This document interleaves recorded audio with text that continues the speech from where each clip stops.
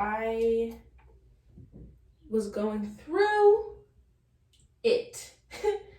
And you know, it's so funny when people say I was going through it, because it's like, what were you going through? But like, it's a common understanding that it was not fun. How are you guys doing?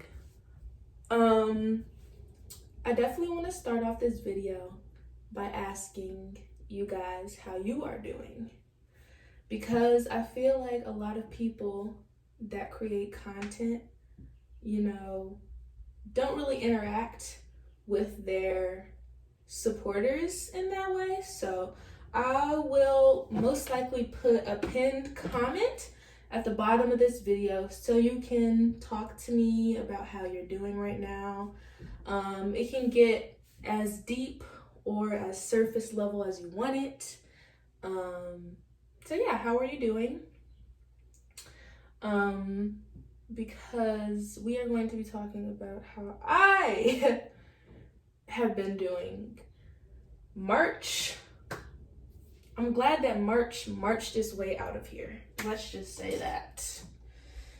I was going through it. And you know, it's so funny when people say I was going through it, because it's like, what were you going through? But like, it's a common understanding that it was not fun. So a couple videos back, you know, when I was doing that video about, I was in LA, you know, explaining like my living situation and how I was feeling about it. And you know, throughout that entire video, I was like, I want to make this video, but I know that I'm going to receive backlash at some point. And then I made another video that was like, you know, talking about oversharing and like knowing, you know, what I want to share and like what's too personal and all of that.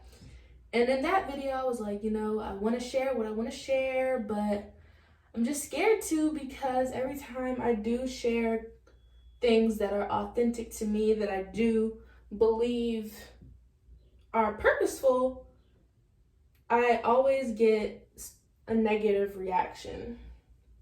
And this time was no different. I definitely predicted that that what I said was most likely going to happen. It actually happened. So you know, what I want to say is I know I don't owe anybody an explanation, but I just want to contextualize my social media, I don't even know what to call it, but basically, like, I don't post my whole life on the internet. I'm actually very, very, very private. And to like give an example, I have about 100, almost 200 journal entries. And I feel like that is why I do a good job of keeping things private and keeping things to myself, because I do have that outlet that allows me to vent. And so with me having over 200 journal entries about various things in my life, I kind of feel like if I've journaled about something 15 times, like at that point, I feel like I have to verbally talk through it in order to get through it in my personal life. And if I feel like people will benefit from hearing me have those conversations, I don't really see, where the issue would begin. And so, you know, lately I feel like I've done a very good job of not coming, you know, immediately when things happen, grabbing my phone and being like, y'all, guess what just happened, blah, blah, blah, blah. and, you know, all of the raw emotions that come along with talking about things that happened recently. I feel like I do a really good job of allowing myself to process my emotions, you know, just journaling about it, you know, just being honest with myself and not speaking about it until I feel like I'm ready to talk about my thoughts, feelings, and emotions in a way that is not tainted by the heat of the moment. And so I feel like I have done a great job at bringing my thoughts to my platform in a mature fashion. The thing about it is that in life, there's this thing called other humans, and they are going to play a part in your story. And the situations that I am currently in involve other humans. Now, I try to do, you know, the best I can to, like, I've never said anybody's government name. You know, I don't reveal anybody's address, no personal information, no, you know, information that would, you know, help you to know where they live. And none of that. Like, I say this person a lot. I say this individual, this person. Like, I feel like I go about it in a respectful manner, but it just seems like people these days, they'll get more upset at you for speaking about your experiences than they are about the fact that negative things happen to you. And that's really concerning. And you see that a lot, you know, like in the Me Too movement, when women were coming out and saying, like, you know, this happened to me in 1990, and, you know, I'm speaking about it now. And it's like, why are you talking about it now? Like, that was 20 years ago. And the reality of it is, it happened. It literally happened. And you cannot micromanage how a person processes the things that have happened to them.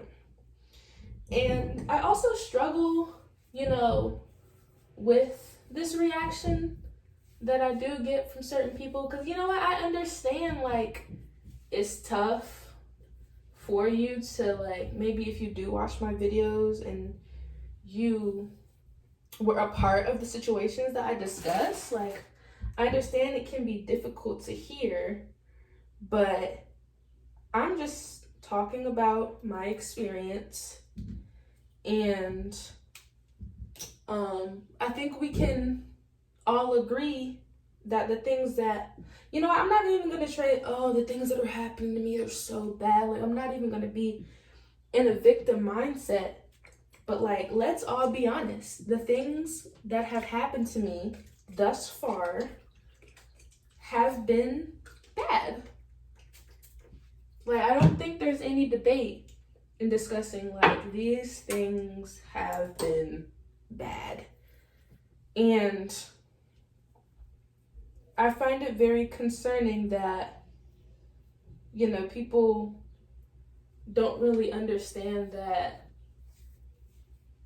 whatever happens to a person, like, it's sad that I feel like I have to just, like, stay quiet and not discuss the things that have happened to me for the fear of the people that have done them.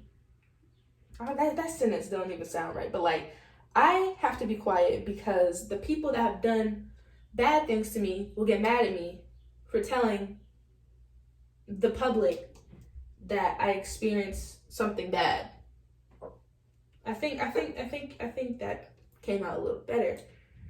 But it has me at a crossword. It has me at a crossroads. Can she speak? In terms of my content, because I keep having this conversation with y'all. I want to be authentic. If I'm going through all of this stuff in my personal life, I'm not I'm not one of those people that's gonna be able to come on and be like, hey guys, welcome back to my channel. Today we are going to be doing what I eat in a day. So let's just get started and like this video and let's get into it. Like I'm not gonna be coming on here acting like everything is fine. And so, you know, I think about that a lot. Like if I can't really be authentic with my platform, like what exactly, like I'm not saying I'm running to my YouTube channel every time something happens, but like this is my real life. I built a platform on being myself, and it's just frustrating when I feel like I can't really, I mean, I really can say what I want to say. There are so many people that built, you know, their platforms or their lives based on being honest, and they lost a lot of opportunities from being honest. And so I just have to be, I'm gonna use that word again. Well, let's use another word. Transparent.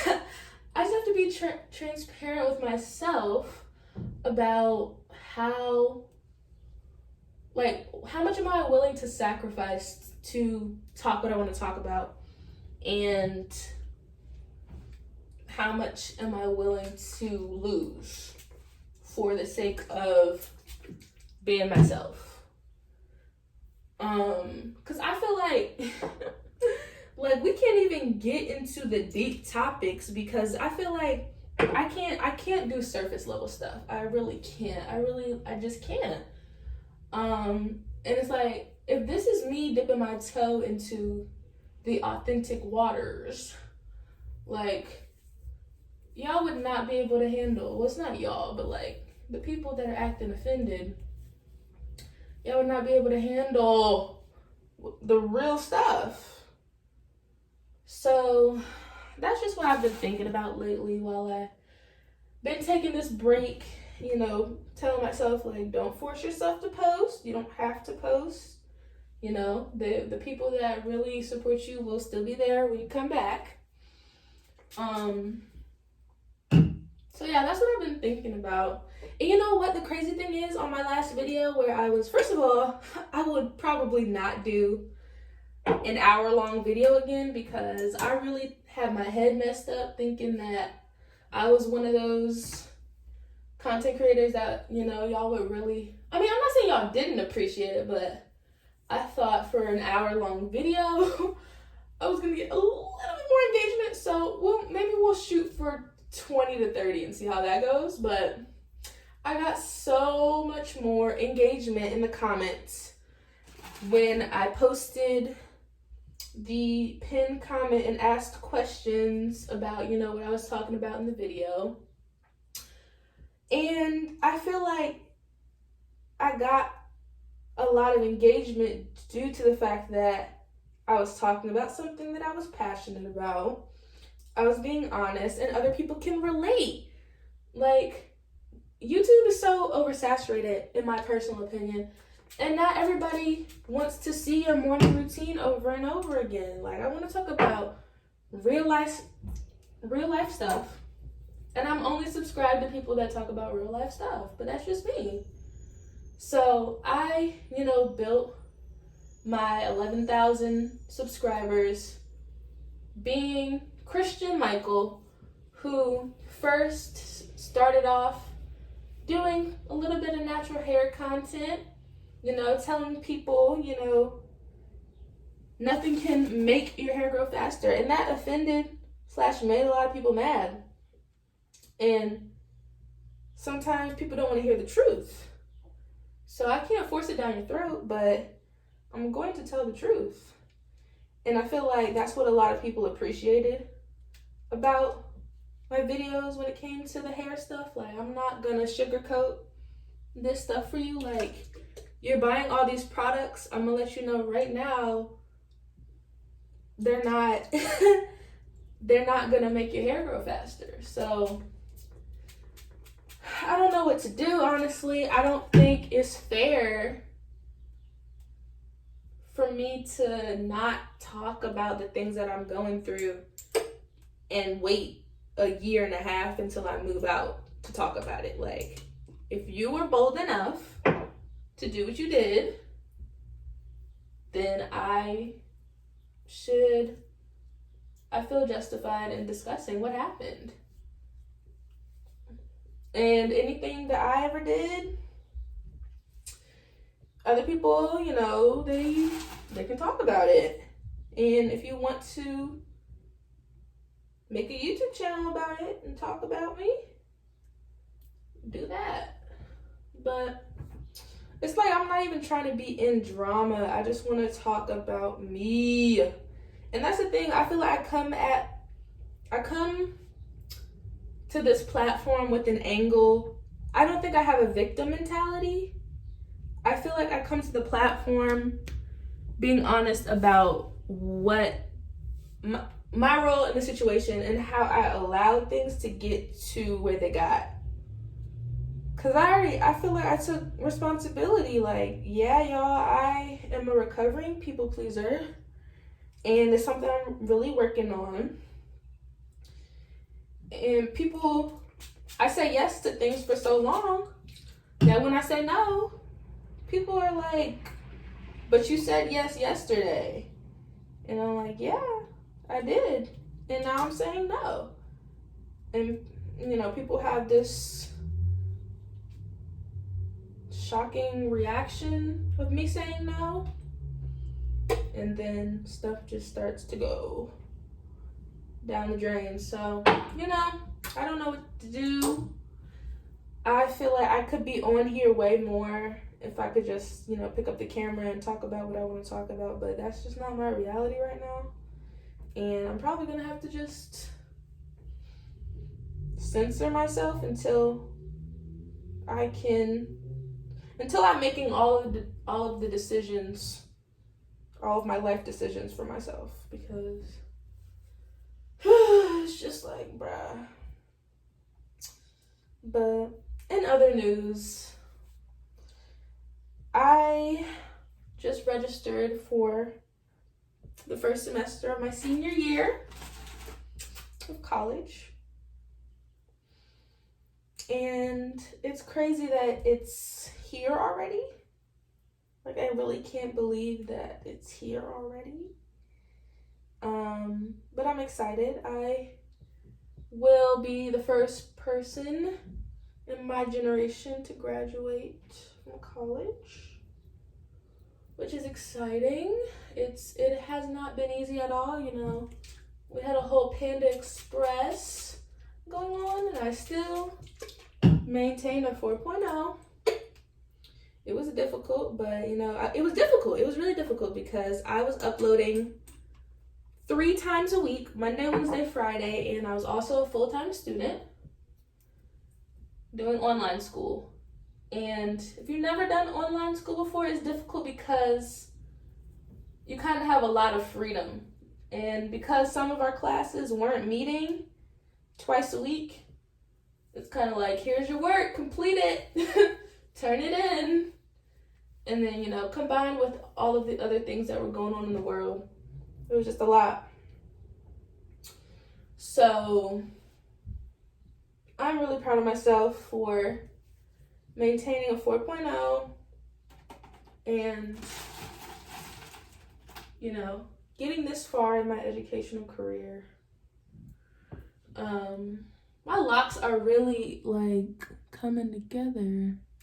This is month 3. So, like, I started January 1st. It's April 6th. So that gives you a little bit of information on how far I am into this journey. But in terms of my business, I've just been like, if there was such thing as like writer's block for being an entrepreneur, that's what I have. And I feel like I'm in this little position because I really don't like social media. I really don't like social media. And social media is that place where you can find customers. So I am very grateful. I was asked to come onto a panel about 2 weeks ago, and it was a great experience. It was my first panel. We were talking about natural hair and locks and all of that good stuff. And I don't know, I need to figure out like a schedule. Maybe, I don't even know if a schedule will help. I just don't like the internet. Like, I don't like, with the exception of YouTube, because I feel like YouTube has the most educational content. I just don't really vibe with the other platforms. I feel like they're more so, like, you can get distracted with YouTube, but I feel like I'm better off getting distracted with educational stuff than getting distracted on like the baddies and the memes and the quotes, you know? So I don't know, like, I just don't want to, like, I know my product is good and I don't want to force it down people's throats. Like, if you want to buy it, buy it. If you don't. Like, not to be cocky, but like, you're missing out. Because it's like, I put so much work into the formula, and I'm not going to force you to buy it, because I know if you don't have it, it's something that you're missing. So, I don't know. I just wish I could get somebody to, if I had the money, I would really get somebody to be my social media person. Like, I would never touch another app if I could just get somebody to do it for me. I just hate it. But this might be the last topic that I touch on. But so today, update on budgeting, because I know some of y'all probably wanted to know. So in the video where I was talking about the budget for March, yeah, so I tried budgeting, and if you watch that video, a couple of days into the month, I had already gone like $600 over budget, and that was because I went shopping for myself. Let me get my mirror. I went shopping for myself because I literally never go shopping for clothes or anything like that. So I went shopping, then I was like, okay, we're gonna do this whole budgeting thing, blah, blah, blah. And it didn't work out for me because I just had too many unexpected expenses coming up at the same time. And it just didn't work out. So my new money strategy, my finance strategy, is I have one bank account open at one bank, and then I have another bank account open at the other bank. So what I'm going to do is my money is going to come through one account. Then I'm going to take some of the money from like my direct deposit and stuff, and we're going to move it to the other account.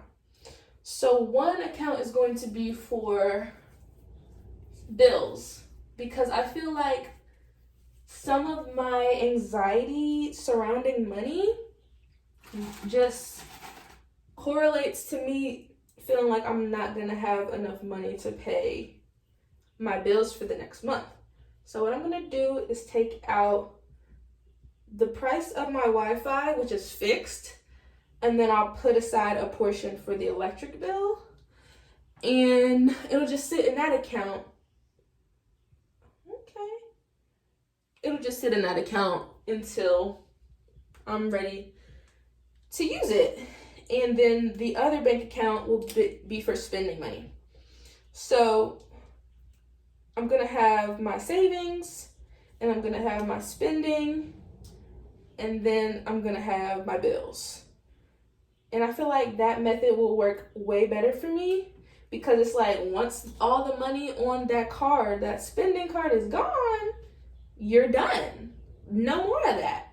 Like, I feel like that'll be a way better method for me, and I'll have more freedom because I don't have to like clock myself and say, oh, you can only have this number for spending. Like, I don't think that method works for me personally, because things just come up. Like, I had to spend that money to buy the pots and pans, which was almost $300. I went shopping, that was like $300. It was just a lot of things coming up in March that a budget, like, I just don't think that type of budget where it's like, this number is going to go in this category and this number is going to go in, I don't think that's for me personally. But I'm just going to keep experimenting until I find something that works for me. Because what we were talking about in class, we were in hip-hop. Hip-hop teacher was basically saying, like, what do y'all want to do when you graduate with dance? And I was like, I don't even know what I want to do with dance, but all I know is I'm going to have money in my account so that I don't feel forced to do anything, because that is one thing that I've learned with YouTube. I really liked YouTube in the beginning. I don't know if that's because around the time I started, March, April 2020, everybody was real bored. But after after I found out that I could get monetized from it, it started feeling like a chore. And so I definitely don't want that to happen with dance. Like, that cannot happen with the dance. And so that's how I've always felt, though. I've felt this way since freshman year. Like, I just want to be in a place financially where, if anything happens, I don't feel like, oh, I have to go audition for this role or that role, or if I don't get this role, I'm not going to be able to pay my rent. Like, I don't want to live the starving artist lifestyle. Like, I'm a Taurus. I need that structure. I need that stability. I'm an earth sign. We like to feel comfort in being stable. So I need some sort of structure to that whole thing. Like, I don't want to be a starving artist. So I cannot believe I really started my locks myself. Like, these parts, yes. Now the front, it's a different story. But yeah, I just I want to have money in my account so I don't have to worry about stressing over, how am I going to pay my bills this month? Like, I don't want to do that. And I feel like YouTube could really help me out with that. Like, if I can upload when it works best for me and still build an authentic platform, I think YouTube would be a great thing for that. I make passive income. I don't have to do much. Even if I don't upload, I'm still getting money. So, it's something that is a possibility. So, yeah. Actually, I had one more thought. Oh, I think it was about generational wealth. So when it comes to generational wealth, like, I don't think a lot of people really know what that means. Like, and like, you know what it means, but like, you don't really know what it means. So for me, when I think about generational wealth, I think about like knowledge first, because I can leave you with a whole bunch of money and you could spend it in 2 days. So when it comes to like generational wealth, I want my children to be left with knowledge. With that knowledge, you can learn how to have good finances and be resourceful with the money that I leave you. You can also, I can also let you know about like the things that, I don't want to call it generational trauma, because that's like, it's not, I don't know if it, like, trauma can sometimes be an overused word, but like things that happened in our family in past generations that you should know about so that you don't repeat the same cycles. So like, for an example, this isn't my family, but some people's families, like, their mom was a drinker, their dad was a drinker, they're a drinker, then they have kids. their, like alcoholism, like that type of thing. Like a very, very sad story I feel like is reflective of that type of thing would be Whitney Houston and Bobby Brown. Like they had their little dibble and dabble into things, and then their children, his children, Bobby Brown's children, unfortunately passed before him due to these, substances. So I feel like it's important to educate yourself so then you can educate your children about your family history.